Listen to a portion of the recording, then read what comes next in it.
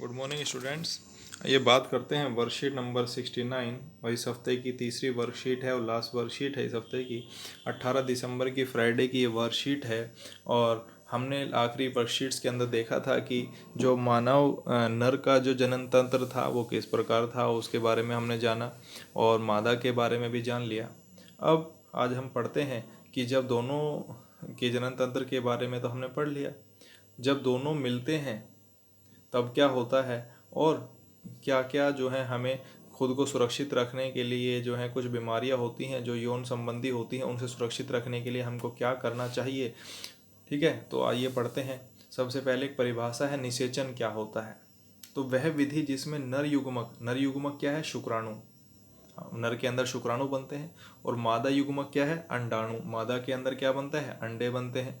जब ये शुक्राणु और अंडाणु आपस में मिलते हैं तो मिलकर क्या है, दोनों युग्मनज का निर्माण करते हैं जिसको जाइगोट भी कहते हैं इंग्लिश में।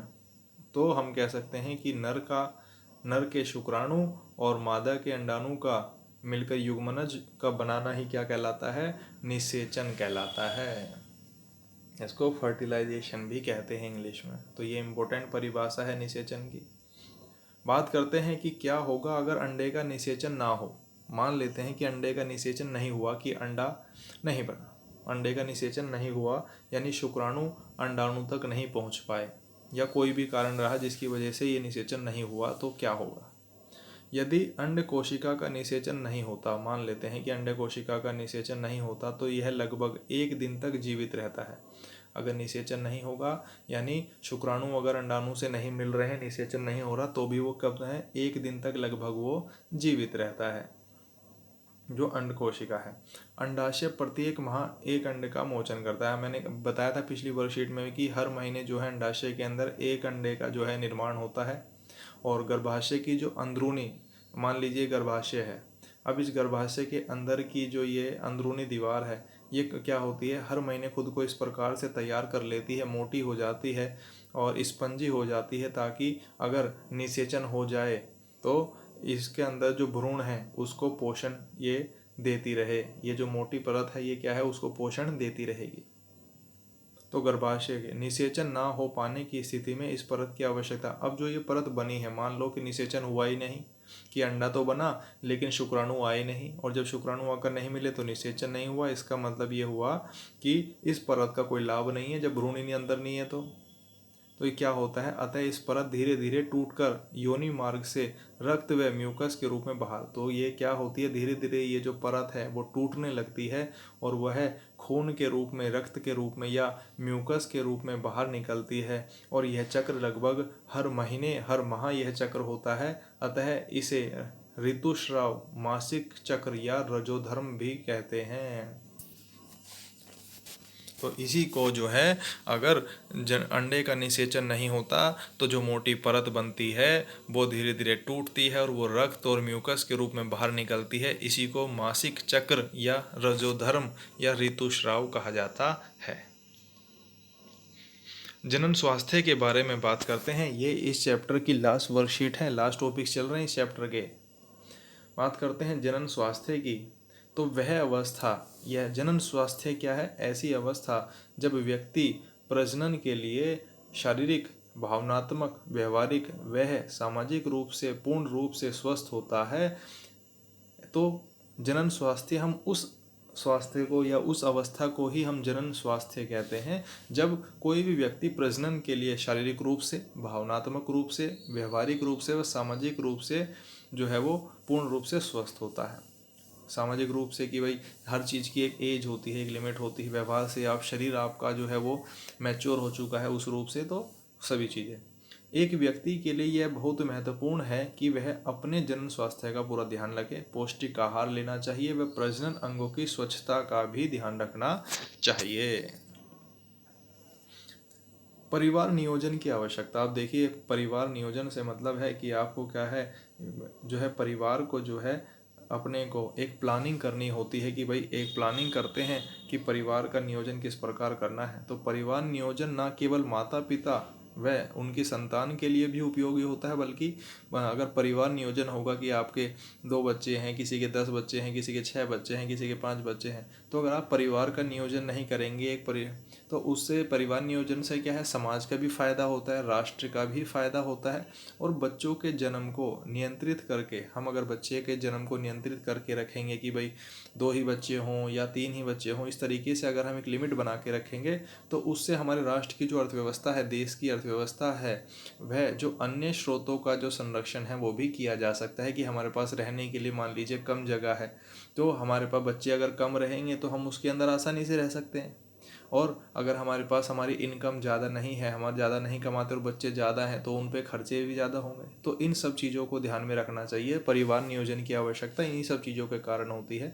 इससे देश को भी फायदा होता है और व्यक्तिगत रूप से भी इंसान को फायदा मिलता है। अब कुछ बीमारियां होती हैं जो यौन संबंध से संबंधित हैं, तो वो देख लेते हैं। सुरक्षित यौन संबंध या एच आई वी एड्स की हम बात करते हैं। तो बहुत से रोग ऐसे होते हैं जो यौन संपर्क के कारण, जब आप यौन संपर्क बनाते हैं तो उसके कारण बहुत सारी बीमारी हो जाती हैं, जैसे कि कवक है, विषाणु का संक्रमण हो गया, मस्से हो जाएंगे, एच आई वी एड्स हो जाता है। एच आई वी एड्स बहुत ही घातक बीमारी है, वह अत्यधिक संक्रामक है। एड्स बहुत ही ज़्यादा घातक बीमारी हो जाती है।